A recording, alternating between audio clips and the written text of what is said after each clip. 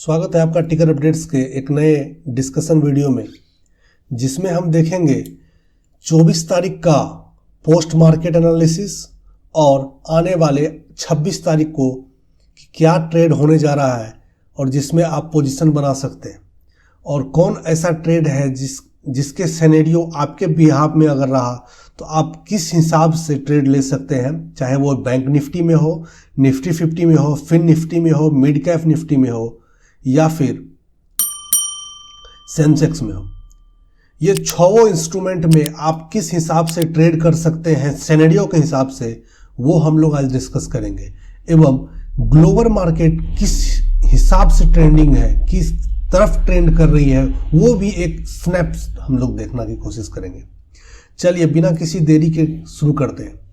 पहले day time frame पे हम निफ्टी 50, बैंक निफ्टी और फिन निफ्टी और मिड कैप निफ्टी का एक लेवल देख लेते हैं।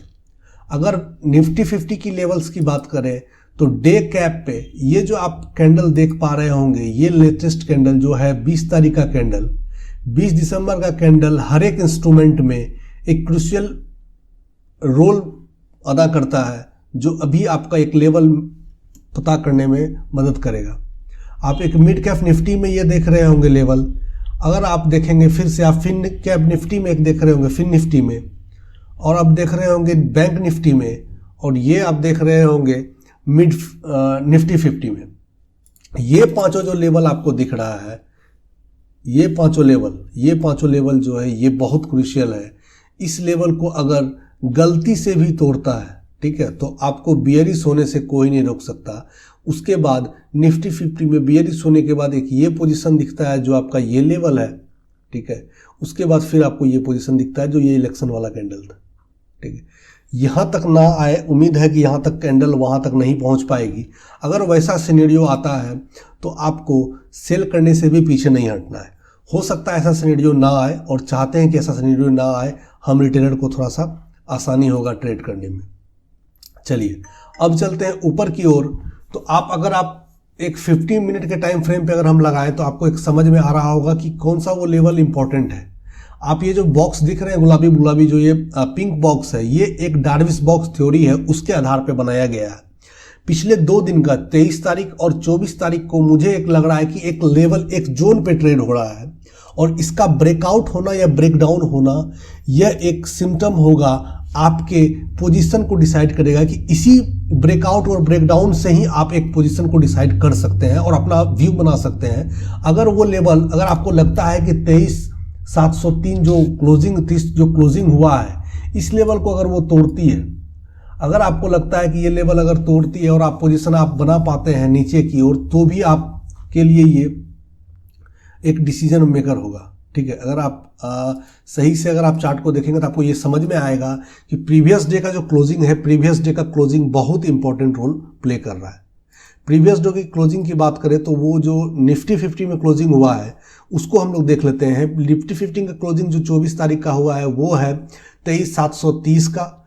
अगर वहीं हम लोग बात करें बैंक निफ्टी के क्लोजिंग का, तो वो क्लोजिंग हुआ है 51,288 का, जो कि लास्ट कैंडल ये आप देख सकते हैं, ठीक है। ये 15 मिनट का टाइम फ्रेम है।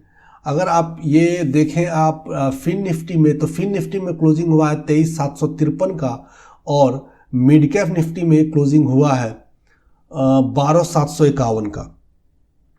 तो ये वो जो लेवल है क्लोजिंग लेवल, और ऐसे भी अगर आप सही से आप ध्यान से अगर आप देखेंगे तो मिड कैप निफ्टी जो ये इसका लोअर है, लोअर लो जो बना हुआ है, ये जो लो बना हुआ है, ये बहुत क्रूशियल रोल है, ठीक है। और आप बैंक निफ्टी में देखें तो बैंक निफ्टी एक सेम पैटर्न पे दिन भर ट्रेड किया है, और सेम पैटर्न में दिन भर ट्रेड करने के कारण अगर 26 तारीख यानी आज जो अगर आप ट्रेड करेंगे, तो अगर ये ब्रेकआउट होता है, जब ये आप वीडियो देख रहे होंगे तो उम्मीद है कि आप 26 तारीख को देख पा रहे होंगे। आज के बारे में ही हम बात कर रहे हैं। ये रिकॉर्ड हो रही है 25 तारीख को रात के 8 बजे, लेकिन कोई नहीं, आपके लिए ये वीडियो बन रहा है, आप सुबह देख पाए होंगे इसको, ठीक है। अगर आप ये बैंक निफ्टी को देखें तो ये जो लेवल है, ठीक है, ये लेवल जो है और जो ये लेवल है, ठीक है। अगर आप पॉइंट वाइज पे आपको हम बात करें, एट द पॉइंट पे आपको हम दिखा देते हैं, तो इसका हाई जो है 23,867 का 67 का है, 68 का आप मानिए, तो ये जो लेवल है इसको अगर आप ब्रेकआउट ऊपर की ओर करती है तो आप यहाँ से वहाँ अगर क्लोजिंग देती है 5 मिनट में और 15 मिनट में, अगर 15 मिनट में देती है तब तो आपके लिए और पॉजिटिव है, और 5 मिनट में देती है तो आप इंस्टेंट गो एक एग्रेसिव ट्रेड ले सकते हैं ऊपर की, और तुरंत में आप पोजीशन काट सकते हैं, स्कैल्पिंग वहाँ बनाया जा सकता है। ठीक है, उम्मीद है कि ये बातें आपको समझ में आ चुकी होगी। ये चारों पॉइंट है, यानी कहने का मतलब ये है सिंपल में, अगर आप एक बार ग्लोबल मार्केट को भी देखेंगे, ग्लोबल मार्केट को देखेंगे तो आपको एक सिनेरियो समझ में आएगी, क्या ग्लोबल मार्केट हमारे फेवर में है, और उसके हिसाब से आप कर सकते हैं।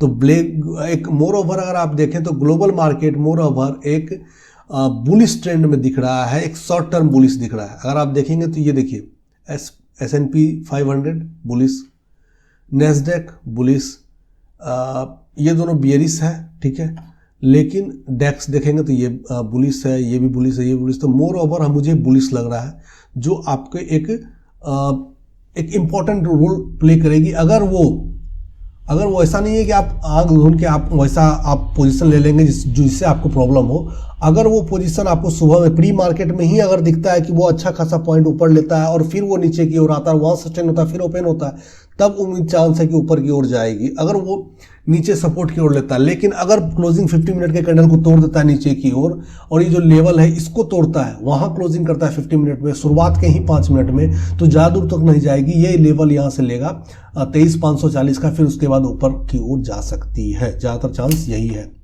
ठीक है, देखिए ट्रेडिंग इज ऑल अबाउट, आपको जैसा कहा जाता है ट्रेडिंग इज ऑल अबाउट आप अपने लॉस को कब कट कर रहे हैं और क्या प्रोबेबिलिटी पे आप ट्रेड कर रहे हैं, सभी प्रोबेबिलिटी पे। Trading is all about probability and cut your losses according to your position sizing and risk management. ये सभी चीज़ों को अगर आप समझ गए तो आपको ट्रेडिंग, आप एक सिनेरियो बना सकते हैं कि ये इस तरीका से अगर ट्रेड मार्केट बिहेव करती है तो हम इस तरीका से पोजीशन बनाएंगे, और इसके अगेंस्ट में होता है तो हम अपना एसएल लेके बाहर हो जाएंगे।